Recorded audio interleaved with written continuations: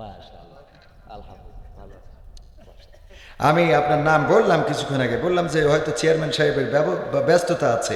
আলহাজ আব্দুর রউফ সাহেব, চেয়ারম্যান 7 নম্বর অলিপুর ইউনিয়ন পরিষদ।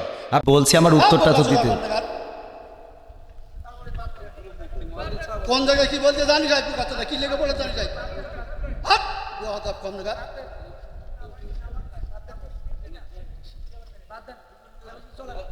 একদম বাস্ত করে দেবো সব একদম।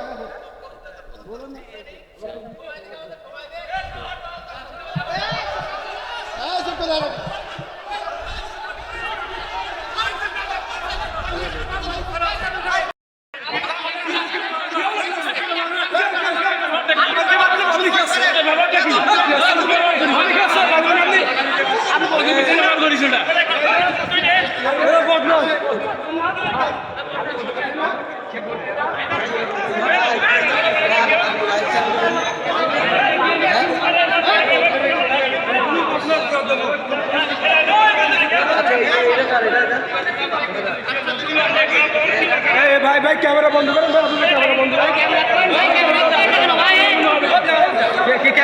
করেন, ক্যামেরা বন্ধ করেন, ক্যামেরা বন্ধ করেন, ভাই ক্যামেরা বন্ধ করেন, ক্যামেরা বন্ধ করেন সবাই।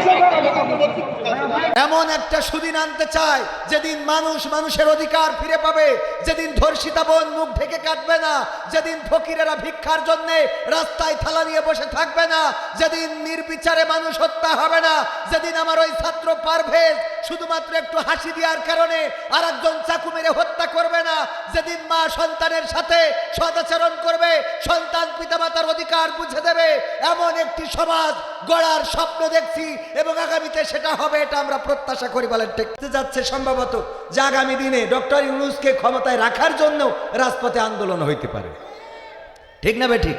এরকম একটা দিন হয়তো আসতে যাচ্ছে। কিন্তু নির্বাচিত সরকার বাংলাদেশে দরকার।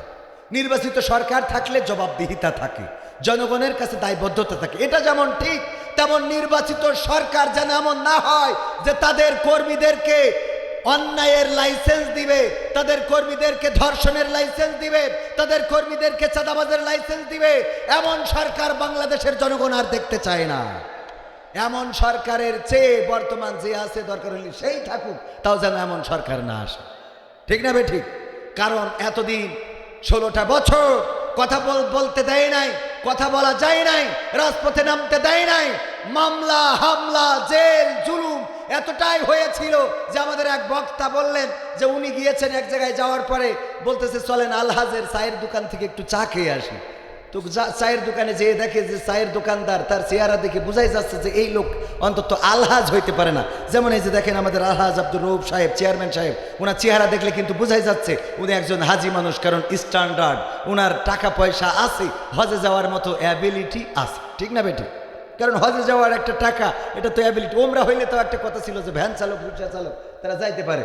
তো বলতেছে যে চায়ের দোকানদারের বলতেছে ভাই এটা কি আসলে আলহাজের চায়ের দোকান? কয় হ্যাঁ। তো সে কই? কয় আমি। তো আপনি হজ করেছেন কত সালে? কয় হুজুর মাইন্ড করবেন না, আমি আসলে হজ করিনি, আর আমি আসলে আলহাজও না, আমি হলাম জেল হজ। কি হজ? জেল হজ। তো জেল হজ কেন? তা বলতেছে যে হুজুর আমি ওই গাঞ্জার ব্যবসা করতাম। কের ব্যবসা? আপনাদের এদিকে ডালির ব্যবসা আছে? হ্যাঁ, ডালির, বুটির ডাল।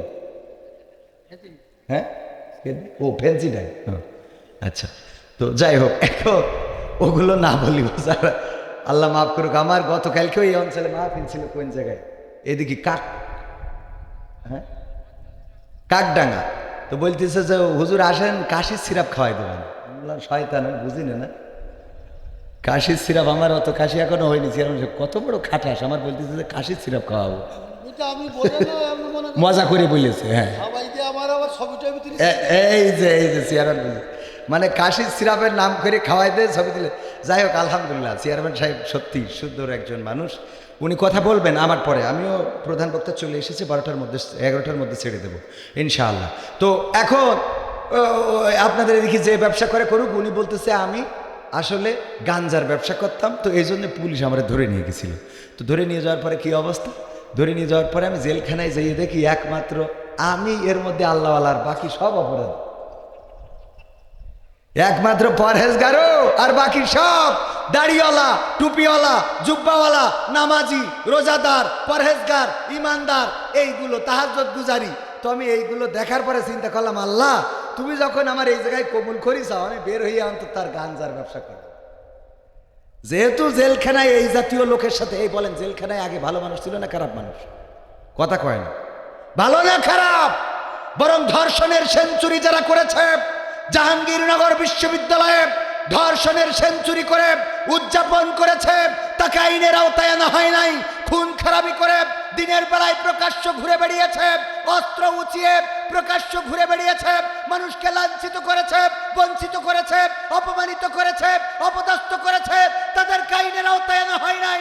আর যদি আনা হয়েছে, আইনের ফাঁক ফোকর দিয়ে তাদেরকে পার করে দেওয়া হয়েছে। বলেন ঠিক কিনা?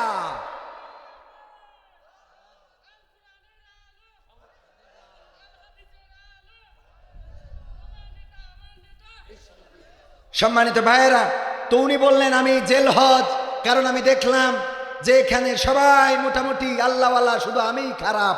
তো আমি চিন্তা করলাম আল্লাহওয়ালাদের সাথে যেহেতু কবুল করেছে, সুতরাং এখান থেকে বের হব, আর খারাপ কাজ করব না। তাই আমি চায়ের দোকান দিয়েছি, গাঞ্জার ব্যবসা আর করি না। এখন আমার কাছ থেকে যারা গাঞ্জার কাস্টমার, যারা গাঞ্জা কিনতো, ওরা আমার দোকানে এসে উপহাস করে ডাকে, তুই তো হাজি সাহেব হয়ে গেছিস।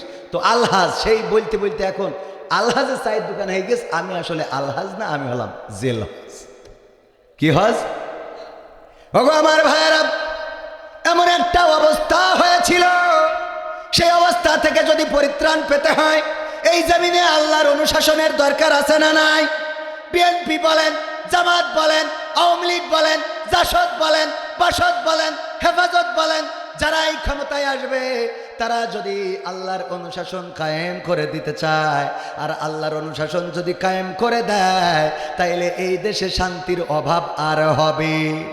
অনেক জায়গায় গেলে হুজুর আমাদেরকে বলে, আমার বিএনপির ভাইয়েরা মাঝে মাঝে ডেকে বলে, হুজুর 16টা বছর 17 বছর একসাথে আন্দোলন করলাম, একই সাথে মিছিলে, মিটিংয়ে, রাজপথে, এখন যখন মাহফিল হয় হাত উঁচু করান, সবাইকে বলেন ইসলামের পক্ষে কারা কারা হাত উঁচু করেন। হুজুর মনে করেন আমরা বুঝি না, ইসলাম বলেন আর মনে মনে থাকে জামাত ইসলাম। সহ্য না করি পারা যায়। কয় ইসলাম বলেন আর মনে মনে থাকে জামাত ইসলাম। ওদেরকে ইসলামের জন্য হাত তুললেন, ওরা তো সব ভোট দেবে জামাত ইসলামে, তাহলে আমরা বিএনপিরা কোনে যাব? আমি বলি ভাই বোঝেন নাই, বোঝেন নাই। আমি স্পষ্ট করে বলে দিই, যদি এই বাংলার জমিনে আওয়ামী লীগ ইসলাম কায়েম করে দিতে চায়, তাইলে সেই আওয়ামী লীগ করতে আমাদের কোনো আপত্তি আছে নাকি? যদি কোনো বিএনপি বা আমাদের বিএনপির ভাইয়েরা, বিএনপির নেতাকর্মীরা যদি বলে বাংলার জমিনে, আল্লাহর জমিনে আল্লাহর দিন কায়েম করে দেব, আজকে তারেক জিয়া বলেছে আমরা যদি ক্ষমতায় যাই বেকারদের ভাতার ব্যবস্থা করে দেব, বেকার যারা তারা মাসে মাসে ভাতা পাবে, তাইলে ওরা কি আর কাজ করবে? করুক আর না করুক, ভাতা দেয় দিক, তাই খেয়ে অন্তত গাঞ্জা কিনুক, অন্তত তাও টাকা পাক। কথা কয় না, অসুবিধা নাই। এটা স্বপ্ন দেখানো ভালো, বেকারদের চাকরি দেওয়া দরকার, কাজ দেয়া দরকার। এটার জন্য যদি তারেক জিয়া চিন্তা করে, ওয়েলকাম। যদি ভাতা দিতে চায় বেকারদের, তাও ওয়েলকাম, পাক না কিছু, ভালো কিছু হোক। আমরা যেটা বলতে চাই, যদি বাংলার জমিনে বিএনপি আল্লাহর অনুশাসন কায়েম করে, তাইলে বিএনপির পক্ষে থাকার দরকার আছে না নাই? কিন্তু বাংলার জমিনে যদি জামাত ইসলাম, হেফাজতে ইসলাম চরমানায়, তারা যদি ইসলামের বিরুদ্ধে চলে যায়, আল্লাহ ও তার রাসূলের বিরুদ্ধে দল করে, কোরআনের বিরুদ্ধে কথা বলে, তাইলে এমন ইসলামী দল কি করা যাবে? জামাতের আমির যদি ইসলামের বিরুদ্ধে চলে যায়, জামাত ইসলাম হেফাজত চরমনায়, ইসলামের কথা যারা বলে বেড়ায়, তারাও যদি ইসলামের বাইরে কথা বলে, তাইলে তাদের বিরুদ্ধে রাজপথের নামতে আমরা রাজি আছি না নাই? ওগো আমার ভাইরা, আল্লাহ আপনারা খুশি কিনা? উনি আসার আগেই নাম বলেছিলাম, ঠিক কিনা? তো ব্যস্ততার মধ্যে উনি এসেছেন, আমরা কৃতজ্ঞতা জ্ঞাপন করছি উনার প্রতি, যে উনি এসেছেন, আমাদের সময় দিয়েছেন। আল্লাহ রাব্বুল আলামিন আমাদের চেয়ারম্যান সাহেবকে হায়াতে তাইয়্যিবা দান করুন, বলেন আমিন। তো যেটা বলছিলাম, যে আমি এসেছি অর্থের বিনিময়ে, খাওয়ার বিনিময়ে, আমাকে যত্ন করে নিয়ে আসা হয়েছে। অসংখ্যবার ফোন দিয়েছে, একেবারে কোন করে ফোন দিলেও 20 বারের বেশি ফোন দিয়েছে খালি 10 মিনিটের মধ্যে, এই যে দেরি হচ্ছে বলে। তো এতবার ফোন দিয়ে দিয়ে যত্ন করে আনা হলো, অথচ আপনাদের এখানে কেউ একবারের জন্য ফোন দিয়েছে ভাই আসেন? কেউ 5টা টাকা দিবে এখানে বসে থাকার কারণে? কেউ আপনাকে খাবার দিবে? দিবে না। সুতরাং এখানে যারা আছেন সবাই আমার থেকে উত্তম এবং আমি আপনাদের থেকে অধম, এটাই সত্য। মানেন আর না মানেন, বলেন ঠিক না বেঠিক? আপনি ঠিক বললেও ঠিক, না বললেও ঠিক, কারণ এটাই সত্য, এটাই বাস্তবতা। এখানে যারা আছেন সবাই আল্লাহর জন্য এসেছেন। হতে পারে যে 2-1 থেকে থাকতে পারেন, কবির মিন্স আমাদের নাটক দেখি, ওনার কণ্ঠটা ভালো, যাই একটু শুনে আসি, এটা হইতে পারে। ম্যাক্সিমামই আল্লাহর জন্য, আল্লাহর সন্তুষ্টির জন্য এসেছেন, কোরআন শোনার জন্য এসেছেন। তো এই জন্যে এখানে যারাই আছেন আমার থেকে উত্তম, পর্দার অন্তরালে মা বোনেরা, সবাইকে অন্তরস্থল থেকে আবারও সালাম জানাচ্ছি, আসসালামু আলাইকুম রহমতুল্লাহ। আল্লাহর শুকরিয়া আদায় করছি যে মহান রব আমাদেরকে মুসলমান হিসাবে জন্মগ্রহণ করিয়েছেন, এমন একটা দেশে জন্মগ্রহণ করিয়েছেন যেই দেশে আর যাই হোক একে অপরের প্রতি এখনো ভ্রাতৃত্ব আছে। আমাদের সাবেক সাধারণ সম্পাদক বলেছিল যে যদি ক্ষমতা চেঞ্জ হয় প্রথম দিনেই 10 লাখ লোক মরবে। ঠিক না বে ঠিক বলেছিল কি না? কিন্তু 10 লাখ না, 10,000ও কি মরেছে?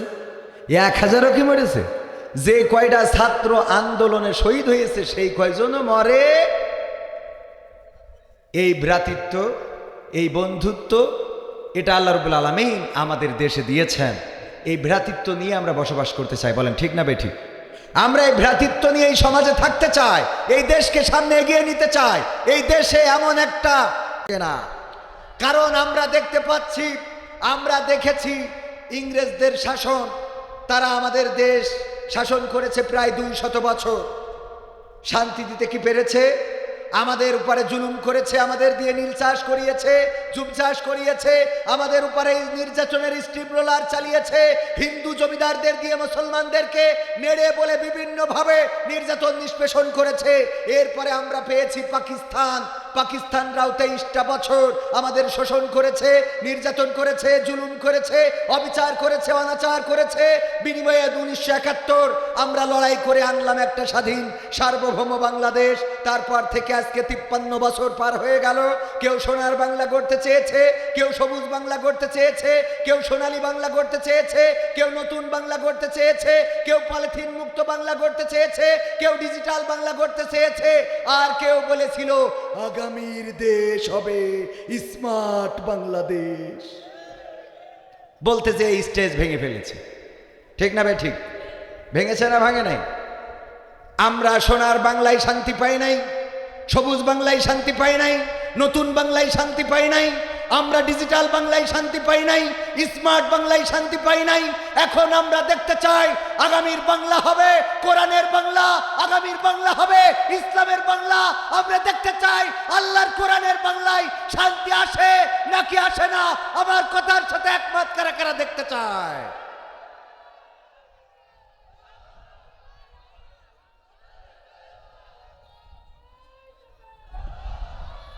এমনকি আমাদের শিশু আছিয়াকে 7 বছর বয়স এতটাই নির্যাতন করা হলো, নির্যাতনের স্ট্রিম রোলার চালানো হলো যে এই মেয়েটাকে CHM হাসপাতালে নিয়েও সুস্থ করতে পারে নাই। সামরিক সেনাবাহিনীর সম্মিলিত সামরিক হাসপাতালে নিয়ে তাকে সুস্থ করতে পারে নাই। এত নির্যাতন, তার উপরে পাশবিক আচরণ করা হয়েছে। সেই সময় বামপন্থীরা পর্যন্ত শাহবাগে নামলো আর তারা দাবি জানালো ধর্ষণের শাস্তি হতে হবে মৃত্যুদণ্ড। জানেন কিনা বামপন্থী কারা? বামপন্থী কারা? যারা আল্লাহতে বিশ্বাস করে না, পরকালে বিশ্বাস করে না, ইসলাম বা অন্যান্য ধর্ম, কোনো ধর্মকে তারা মানতে চায় না, এরাই হলো বামপন্থী। এই বামপন্থীরা ডানপন্থী হলো যারা ধর্মের অনুশাসন মেনে চলে, হোক সে হিন্দু, হোক সে বৌদ্ধ, হোক সে খ্রিস্টান, হোক সে মুসলমান, যে ধর্মের হোক না কেন, যারা ধর্মীয় অনুশাসনকে বিশ্বাস করে মেনে চলে তারা কোন পন্থী? ডানপন্থী। আর যারা মানে না তারা কোন পন্থী? বামপন্থীরা বলল যে ধর্ষণের শাস্তি হতে হবে। কি শাস্তি? মৃত্যুদণ্ড। আর আমার রব 1400 বছর আগে বিশ্বনবী হযরত মুহাম্মদ সাল্লাল্লাহু আলাইহি সাল্লামের মাধ্যমে ধর্ষণের শাস্তি কি জানিয়ে দিয়েছেন? কথা কয় না, কি জানিয়ে দিয়েছেন? মৃত্যুদণ্ড। এখন খুন হচ্ছে তুচ্ছ কারণে। মেয়েদের দিকে তাকিয়েছে পারভেজ, তাকিয়ে নাকি হেসেছে? আসলে তাদের দিকে তাকিয়ে হাসলো না জেন লেগেছে তাই হেসেছে? কি কারণে হেসেছে? কোনো কারণ ছাড়াই হাসলো অথবা কারণেই হাসলো। এই হাসির অপরাধে আসলে কি তার কি মেরে ফেলা যাবে? এই মৃত্যুর এইভাবে মেরে ফেলার এখতিয়ার কি কোনো মানুষের আছে? ইফটিজিংয়ের জন্য অবশ্যই আইন আছে, আইনের কাছে যেতে পারবে। আইনের শাসন যেহেতু বাংলাদেশে এখন তো কোনো দলের সরকার নেই, এখন তো গড় মিলাই জনগণের সরকার, ঠিক কি না? গড় মিলাই জনগণ তো ডক্টর ইউনূসকে চেয়েছিল। এখন যদিও কথা উল্টো পাল্টা হচ্ছে, কিন্তু ওই সময় তো কেউ মানে বিরোধিতা করে না, এক বাক্যে মেনে নিয়েছে না নেয় নাই? কথা কয় না, নিয়েছে না নেয় নাই? এক বাক্যে মেনে নিয়েছে। বরং এখন এমন একটা দিন আসে, নবী এমন একটা সমাজ এনে দিলেন কোরআনের আলোকে, কোরআনের আদলে এমন একটা সমাজ আনলেন যেই সমাজে বঞ্চিতরা অধিকার ফিরে পেল, যেই সমাজে নারীরা তাদের সম্মান ফিরে পেল, যেই সমাজে দাসেরা তারা তাদের ইজ্জত তাদের অধিকার ফিরে পেল, যেই সমাজে ধর্ষণ করলে শাস্তি পেত, জেনা করলে শাস্তি দেওয়া হতো, মা তার সন্তানের সাথে কেমন আচরণ করবে, সন্তান তার মায়ের সাথে কেমন আচরণ করবে, বাড়ির মালিক তার কর্মচারীর সাথে কেমন আচরণ করবে, কর্মচারী তার মালিকের সাথে কেমন আচরণ করবে, সব সুন্দর করে দেখিয়ে দিলেন, শিখিয়ে দিলেন। এমন একটা সমাজ গড়ে দিলেন। ওমর রাদিয়াল্লাহু তাআলা আনহুর জামানা দুইজন যুবক একজন যুবককে ধরে নিয়ে এসেছে, এসে বলল, ওগো ওমর, আমাদের এই যে যুবকটারে ধরে এনেছি, সে আমাদের বাবাকে হত্যা করেছে, আমরা বিচার চাই। ওমর রাদিয়াল্লাহু তাআলা আনহু বললেন, ঠিক আছে। ওই যুবককে বিচারের কাঠগড়ায় দাঁড় করানো হলো। বাকি দুইজন যুবক দাঁড়ালো অপর পাশে। বলল, গো যুবক, তো বলো তোমাদের অভিযোগ কি? দুইজন যুবক বলল, ওই যে যুবকটা সে আমাদের পিতাকে হত্যা করেছে, পাথর নিক্ষেপ করে মেরে ফেলেছে, আমরা এর বিচার চাই। ওই যুবককে জিজ্ঞাসা করা হলো, তারা যে অভিযোগ করেছে কথা সত্য না মিথ্যা? বলল, সত্য। আসলে কি হত্যা করেছ? বলল, ওগো ওমর, আমি মিথ্যা বলবো না, আসলেই হত্যা করেছি। তবে হত্যা করা আমার উদ্দেশ্য ছিল না। আমার একটা উট উনার খেতে যে উনার বাগান নষ্ট করেছে অথবা খামারের ফসল নষ্ট করেছে, এই কারণে পাথর নিক্ষেপ করেছে, আমার উটের চোখে লেগেছে, উটটা ছটফট করছে, এটা দেখে আমি একটা পাথর নিয়ে উনার বাবার দিকে মেরে দিয়েছি। এই পাথরের আঘাতে তার বাবাও মারা গিয়েছে।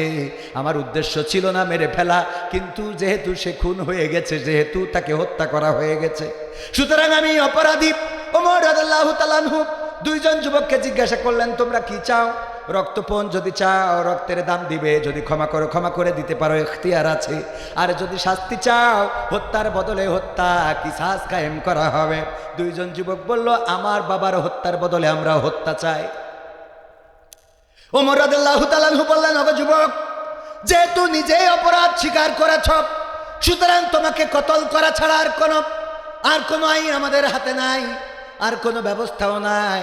তোমার শেষ ইচ্ছা কি, তোমার আকাঙ্ক্ষা কি, তুমি কি চাও আমাদের কাছে ব্যক্ত করতে পারো? ওই যুবক বলল, ওগো ওমর, একটু সুযোগ চাই, আমি বাড়িতে যাব, আমার এতটুকু সময় দিতে হবে, তারপরে আমি চলে আসব। আমি বাড়িতে যাব, আমার একটু সময় দিতে হবে, 1 ঘন্টা 5টা ঘন্টা অথবা একদিন একটা সময় নিলেন। বলল, ঠিক আছে, তোমার সময় দেয়া হবে, কিন্তু দাবি হলো যদি তুমি এখানে কোনো একজন জামিনদার দিয়ে যেতে পারো। কি দিয়ে যেতে পারো? জামিনদার দরকার আছে। সারা জীবন ওয়াজ করে বেড়ালাম, হুজুর ফরজ এখনো শিখাইতে পারিনি। কি হ্যাঁ, তারপরে প্রশ্ন লাস্টে প্রশ্ন করবে। প্রশ্ন বড় হুজুর আছে, এই যে উনি দিবেন, আমি তো ছোট হুজুর। মোস্তফা মাহবুব আলম উনি ওই যে মিশরেতে ডিগ্রি করা। আমার দুর্বলতা তো বলেই দিছি, আমার প্রশ্ন করি দাঁত ভাঙা প্রশ্ন করেন না, উত্তর না দিতে পারলি তখন মান সম্মান যেমন যদ্দূর আছে ওই পর্যন্ত থাক।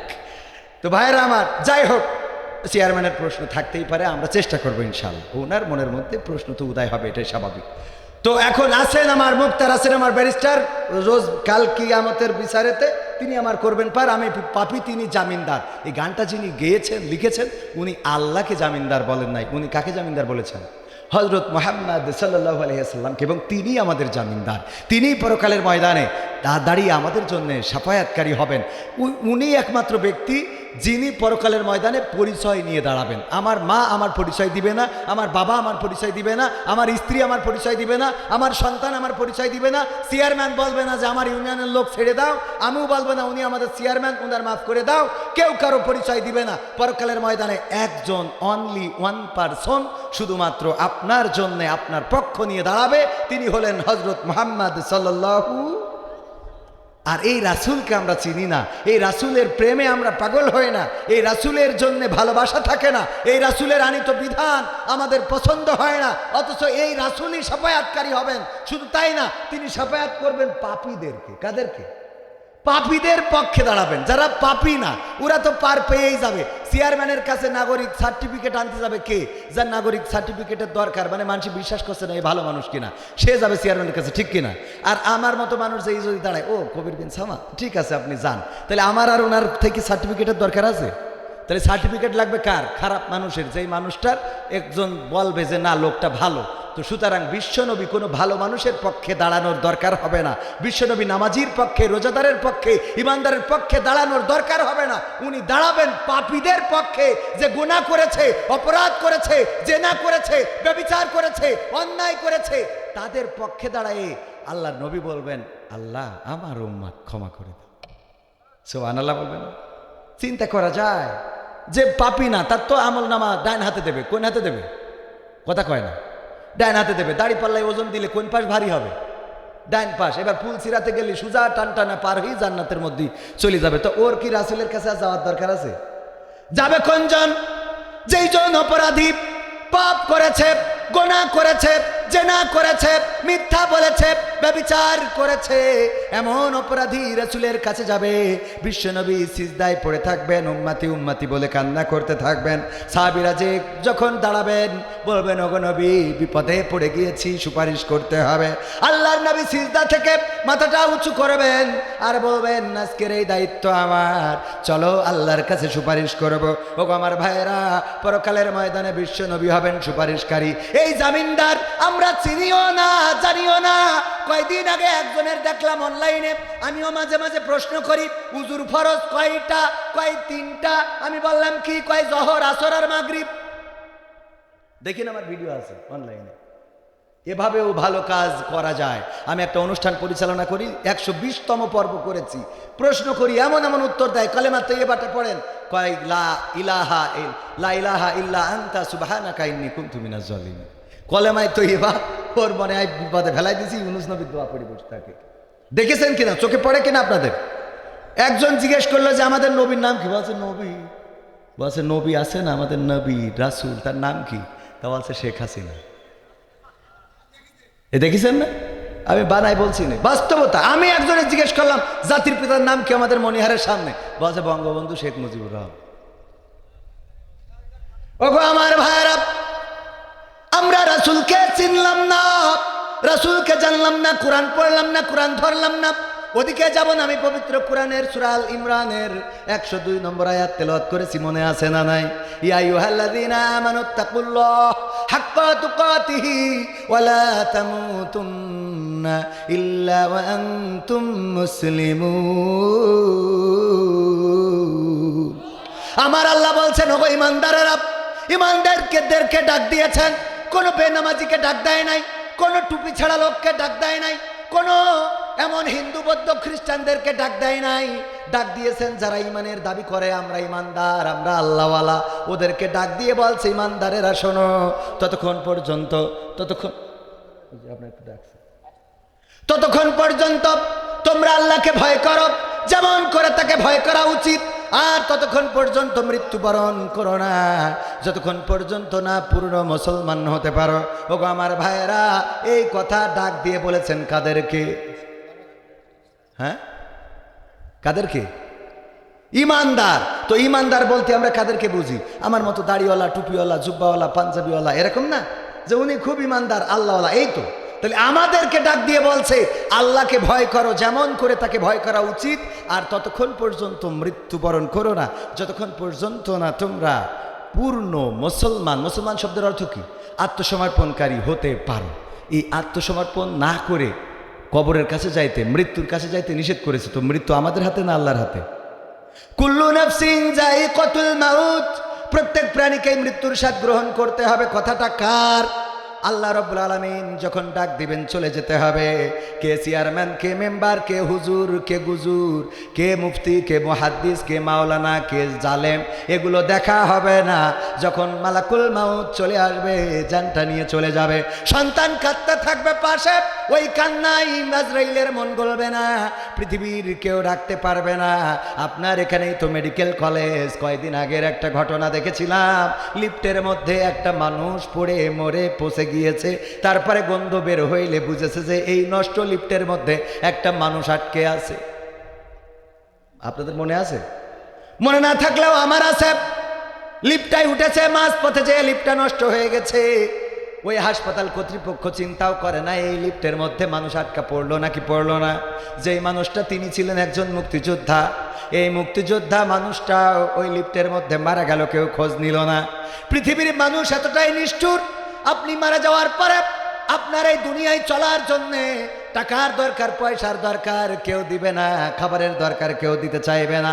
কিন্তু যেদিন মারা যাবেন ওই দিন আপনার কাফনের অভাব হয় না, ওই দিন আপনার লাশ দেখতে যারা আসে তাদের জন্য খাওয়ার অভাব হয় না, ওই দিন আপনার কবর দেওয়ার জন্য লোকজনের অভাব হয় না, ওই দিন আপনার শেষ বিদায় করানোর জন্য কোনো মানুষের অভাব কি হয়? কথা কেন অভাব হয়? ওরে মরলে ভাইয়েরা আমার, আগামীতে আবারও দেখা হবে, কথা হবে। সেই পর্যন্ত যেহেতু সময় খুবই দ্রুত চলে গেছে, 11টা বেজেই গেছে, তাইলে তো আমি টাইম 2 মিনিট 3 মিনিট ওভার করে ফেলেছি। আগামীতে আবারও দেখা হওয়ার প্রত্যাশা নিয়ে আজকের মতো এখানেই। আমার কথার মধ্যে যদি ভুল থাকে সেটা আমার অজ্ঞতা, আমার মূর্খতা, আমার ব্যর্থতা, আল্লাহ যেন আমাকে ক্ষমা করেন। ভালো যদি কিছু বলে থাকি সেটা আল্লাহ রাব্বুল আলামিন তৌফিক দিয়েছেন, শুকরিয়া তার। আর আমার চেয়ারম্যান সাহেবের মনে হয় ছোটখাটো প্রশ্ন আছে। একটা প্রশ্ন আমার উত্তর দেন একটু। আপনারা সারা বাংলাদেশে হুজুর নাম করা হুজুর কত? এ তো অনেক। মোবাইলে দেখলাম যে 5 জনের 5 রকম মত এই নামাজে। আপনারা হুজুর, আপনাদের পিছনে হাজার হাজার লোক নামাজ পড়ে, আপনাদের মধ্যে 12 রকম মত কেন? এটা আপনার প্রশ্ন। একজন বললো, প্রথম যে লোক বক্তব্য দিলে আলহামদুলিল্লাহ না পড়লে তার পিছনে যে দাঁড়ায় নামাজ হবে না। আচ্ছা, মানে এখন মূল প্রশ্ন হলো আমাদের মত এত বেশি কেন? এইটা এত মত বেশি বক্তব্য দিচ্ছেন, হ্যাঁ সব শুনলাম, আমাদের মধ্যে দ্বিধাবন্ধ পাড়াইতে দিচ্ছেন তো আমরা। আমরা একজন বললো যে নামাজ হবে না, আচ্ছা আদৌ হবে না, আচ্ছা তিনি খুব নাম করা উচিত, 5 জনের মধ্যে তিনি প্রথম। আচ্ছা 2 জন বললো আদৌ নামাজ হবে না, পিছনে আরামদেশ্বর যদি না পড়ে। আচ্ছা তারপর একজন বললো না আরামদেশ্বর পড়া যাবে না, একজন যখন জোরে ইমাম পড়বে তখন পিছনে পড়ার কোনো যুক্তি নেই। আচ্ছা 5 জনের 3 জন একমত, 2 জন একমত, আমরা কোন পথে যাবো? এখানে বিষয়টা হলো ইখতিলাফ আলেমদের। নামাজ হয় না আমাদের। না বাবারে, আমার তো তাহলে এবার আমি একটু উত্তর দিই। সেটা হলো, আমি তো অত বড় হুজুর এই বিষয়ে বড় হুজুর উত্তর দিক নাকি? আমি শুধু এতটুকু বলি, সেটা হলো ইখতিলাফটা, আলেমদের এই ইখতিলাফ, এটা এখন শুধু না, বিশ্বনবী সাল্লাল্লাহু আলাইহি সাল্লামের সাহাবীদের যুগেও ইখতিলাফ ছিল। এটা মত পার্থক্য থাকবে। আপনি একজন চেয়ারম্যান, বাংলাদেশে অসংখ্য চেয়ারম্যান আছে না নাই? তো সব চেয়ারম্যান কি একই সুরে কথা বলে? বলেন। চেয়ারম্যান ইসলামের মধ্যে ভেদাভেদ হবে কেন? চেয়ারম্যানই করে একদিনই, আর ইসলাম একদিন। চেয়ারম্যান আর ইসলামের মধ্যে আপনারা তো বুঝাইতে পারবো না। আমি যদি বলি, যেমন আপনি একজন আলহাজ মানুষ, দেখেন আপনি সব বাদ দেন, ইসলামের বেসিক কিছু নিয়ম আছে। ইসলামের কোনো সম্পর্ক নেই। আচ্ছা, ইসলামের তো আপনি হজটা করেছেন, তাই না? হজ করেছেন না? আমি যে প্রশ্নটা আপনার কলে বেগান 6 জন লোক আছে, আপনি সঠিকভাবে উত্তর তা সঠিকটা আপনি তো উত্তরের আগেই তো বগর করতেছেন, আমার উত্তরটা দিতে দেন, আমার কথা তো বলতে দেবেন। তা বলতে না দিলে আমি কি করে বুঝাবো? ফালতু কথা বলেছেন, বলো খবরদার। ল্যাঙ্গুয়েজ সোজা করেন না, সোজা করে দেবো কিন্তু একদম বলো। ল্যাঙ্গুয়েজ সোজা করে বলেন। আমি বলছি আমার কথা তো বলতে দেবেন। ল্যাঙ্গুয়েজ সোজা করে দেবো কিন্তু একদম। বিয়াদব লোক কম দেখা ভকর করতে আমি খাবার দেবো, একটা চোখ বাসটা করে দেবো কিন্তু একদম। আমি প্রশ্ন করলাম যে একজন লোক বলতে, আলহামদুলিল্লাহ নামাজ পড়লে না, শুরু না বললে নামাজ হবে না।